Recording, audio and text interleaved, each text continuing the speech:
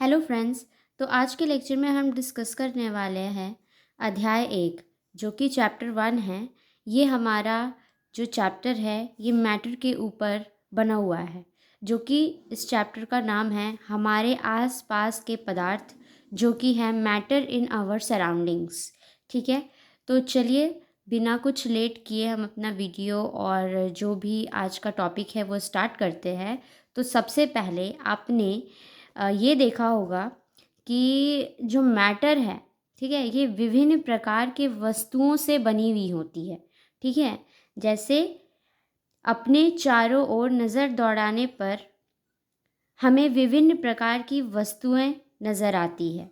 ठीक है, जैसे हम आसपास देखते हैं तो हमें क्या आती है, तरह तरह की वस्तुएं हमें नज़र आती है जिनका आकार, आकृति और बनावट अलग अलग होता है।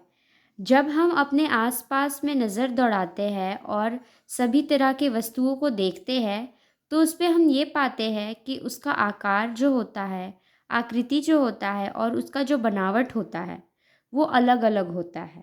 ठीक है, इस विश्व में प्रत्येक वस्तु जिस सामग्री से बनी होती है उससे वैज्ञानिकों ने पदार्थ का नाम दिया। ठीक है, तो इसमें ये कहा गया है कि जब हम अपने आसपास नज़र दौड़ाते हैं तो उनमें विभिन्न प्रकार की वस्तुएं हमें नज़र आती है और उन वस्तुओं का जो आकार, आकृति और बनावट होता है वो अलग अलग होता है।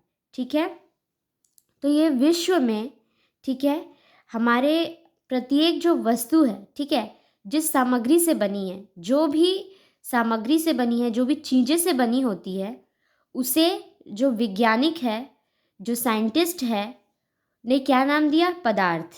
और ये पदार्थ ही मैटर है, इसका इंग्लिश वर्ड मैटर है। ठीक है, तो वैज्ञानिकों ने इनका नाम क्या दिया, पदार्थ।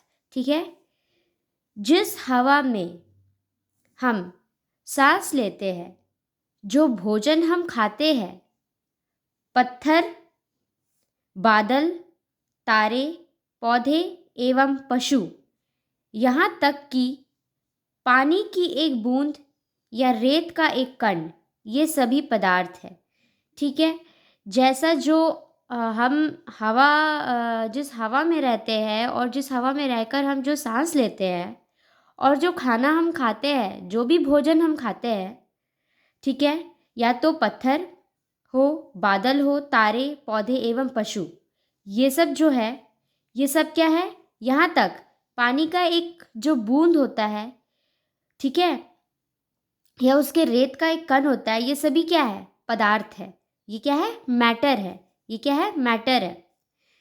ध्यान देने योग्य बात यह भी है कि ऊपर लिखी सभी वस्तुओं का द्रव्यमान होता है और ये कुछ स्थान घेरती है। ठीक है, जैसा कि हमने बोला कि ये सब जो मैटर है, जो भी हमने बताया कि जो भी हम जिस हवा में रहते हैं, जो सांस लेते हैं और जो भी खाना हम खाते हैं, ये सब क्या है, एक पदार्थ है। तो ये सब का द्रव्यमान होता है। द्रव्यमान का मतलब होता है मास।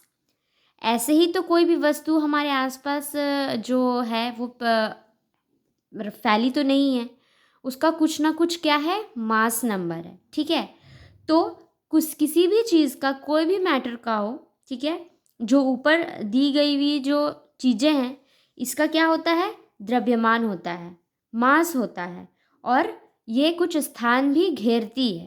तभी तो वो एक स्थान घेरती है ना, जब भी उसका द्रव्यमान होता है, जो मास होता है। ठीक है, तो ये रहा पहला पैराग्राफ, जो कि मुझे लगता है कि आप लोगों ने समझा है ये पहले पैराग्राफ को।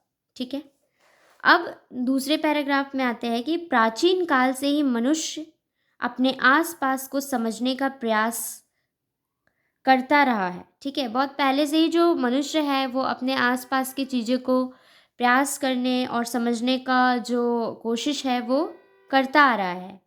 भारत के प्राचीन दार्शनिकों ने पदार्थ को 5 मूल तत्वों में वर्गीकृत किया, जिसे पंच तत्व कहा गया। पंच तत्व का मतलब ये होता है कि 5 तत्वों से मिलकर हमारा जो भी सृष्टि बनी है, इस 5 तत्वों से मिलकर बनी है। इसीलिए इसको नाम दिया गया है पंच तत्व। ठीक है, ये पंच तत्व है वायु, पृथ्वी, अग्नि, जल और आकाश। यही जो 5 चीज़ है, यही हमारे जो दैनिक जीवन में जो भी चीज़ें बनी हैं, ये 5 चीज़ से बनी हैं। वायु, पृथ्वी, अग्नि, जल और आकाश अगर नहीं होगा तो कुछ भी चीज़ बन नहीं पाएंगी। आज जो भी कुछ चीज़ हमारे यहाँ है मौजूद, वो सिर्फ वायु, पृथ्वी, अग्नि, जल और आकाश से ही बनी हुई हैं। ठीक है, उसके अनुसार इन्हीं पंच तत्वों से सभी वस्तुएं बनी हैं। जैसा कि मैंने कहा कि इसी से सब कुछ बनी हुई है, चाहे वो सजीव हो या निर्जीव, चाहे वो जिंदा हो या ना हो, वो सब इसी चीज़ से बनी हुई है। उस समय में यूनानी दर्शकों ने भी पदार्थ को इसी प्रकार वर्गीकृत किया है। ठीक है, आधुनिक वैज्ञानिकों ने पदार्थ को भौतिक गुणधर्म एवं रासायनिक प्राकृतिक के आधार पर 2 प्रकार से वर्गीकृत किया है। ठीक है, मतलब भौतिक गुणात्मक मतलब इसका फिजिकल फॉर्म।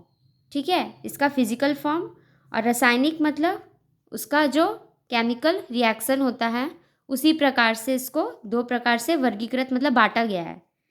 इस अध्याय में हम भौतिक गुणों के आधार पर पदार्थ के बारे में ज्ञान अर्जित करेंगे। पदार्थ के रासायनिक पहलुओं को आगे के अध्याय में पढ़ेंगे।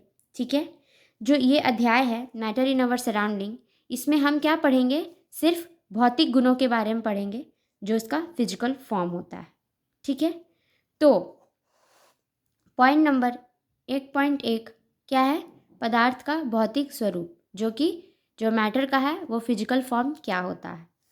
पदार्थ कणों से मिलकर बना है। जैसा कि हमें पता है कि जो पदार्थ होता है वो किससे मिलकर बना है, छोटे छोटे कण से मिलकर बना है। बहुत समय तक पदार्थ की प्रकृति के बारे में 2 विचारधाराएं प्रचलित थी। एक विचारधारा का यह मानना था कि पदार्थ लकड़ी के टुकड़ों की तरह सतत होता है, परंतु अन्य विचारधाराएं का मानना था कि पदार्थ रेत की तरह के कणों से मिलकर बने हैं। आइए इस क्रियाकलाप के द्वारा पदार्थ के स्वरूप के बारे में यह निर्णय करते हैं कि यह सतत है या कणों से बने हैं। ठीक है, तो चलिए हम देखते हैं क्रियाकलाप 1.1। एक 100 ml का बीकर ले। एक जो बीकर होता है वो 100 ml का बीकर होता है, वो ले लीजिए। इस बीकर को जल से आधा भरकर जल के स्तर पर निशान लगा दे। उस बीकर में पानी भरकर वहाँ पे निशान लगा दे। दिए गए नमक या शक्करों को कांच की छड़ की मदद से जल में घोल दे। या तो नमक या तो शक्कर उस जल में घोल दे। जल के स्तर में आए बदलाव पर ध्यान दीजिए। ठीक है, अब जो पानी हम 100 ml बीकर में लिए हैं उसमें हम नमक या शक्कर मिलाएंगे और उस जल का जो स्तर होता है उस पर हम ध्यान देंगे। ठीक है, जैसा कि यहाँ क्या है, जल के स्तर पर बदलाव आए कि नहीं उस पर ध्यान दीजिए। ठीक है, आपके अनुसार नमक या शक्कर का क्या हुआ, यह कहाँ गायब हो गया। जो भी हम घोले उसमें, तो वो नमक और शक्कर कहाँ गायब हो गया। ठीक है, क्या वो जल में घुल गया या कहाँ गया। ठीक है, तो क्या उसके घुलने के बाद जल का जो स्तर है, जो पहले जो हम जल डाले थे और उसमें निशान लगाए थे, वो फिर नमक और शक्कर डालने के बाद जल का जो स्तर है उस पर बदलाव आया कि नहीं आया। क्या जल के स्तर पे कोई बदलाव आया, चलिए देखते हैं। इन प्रश्नों का उत्तर पाने के लिए हमें इन विचारों को स्वीकारना होगा कि सभी पदार्थ कणों से बने होते हैं। ठीक है, जैसा कि हमने बताया कि जो पदार्थ होते हैं वो कणों से बने होते हैं, इस चीज़ को हमें मानना पड़ेगा। उपयुक्त क्रियाकलाप में चम्मच में रखी गई नमक या शक्कर अब पूरे पानी में घुल गई है। ठीक है, जैसा कि हमने बोला कि वो जो डाले वो पूरे पानी में घुल गया है, जैसा कि चित्र 1.1 में दर्शाया गया है। चलिए चित्र 1.1 देखते हैं कि इसमें क्या दर्शाया गया है। देखिए, ये जो है ये एक 100 ml का बीकर है, इसमें हम जल मिलाए। ठीक है, पहले जल इस बीकर में डाल दिए। ठीक है, अब इस बीकर में हम क्या किए, नमक डाल दिए या शक्कर, कुछ भी डाल दिए। अब उसको हिलाएंगे, स्टर करेंगे, तो जल और नमक क्या होगा, पानी में पूरी तरह से घुल जाएगा। तो जब हम जल में नमक घोलते हैं तो नमक के कण जल के कणों के बीच में रिक्त स्थान में समावेश हो जाते हैं। ठीक है, तो यही होता है कि जो हमारा जो जल है उसमें वो नमक पूरा घुल चुका है। ये बताया गया है इसका फिजिकल फॉर्म, जो कि हमने देखा 1.1.1 में। ठीक है, अब नेक्स्ट क्लास में हम डिस्कस करेंगे 1.2, 1 का 1.2, पदार्थ के ये कण कितने छोटे होते हैं। ठीक है, तो चलिए हम नेक्स्ट टॉपिक पे नेक्स्ट डे मिलते हैं।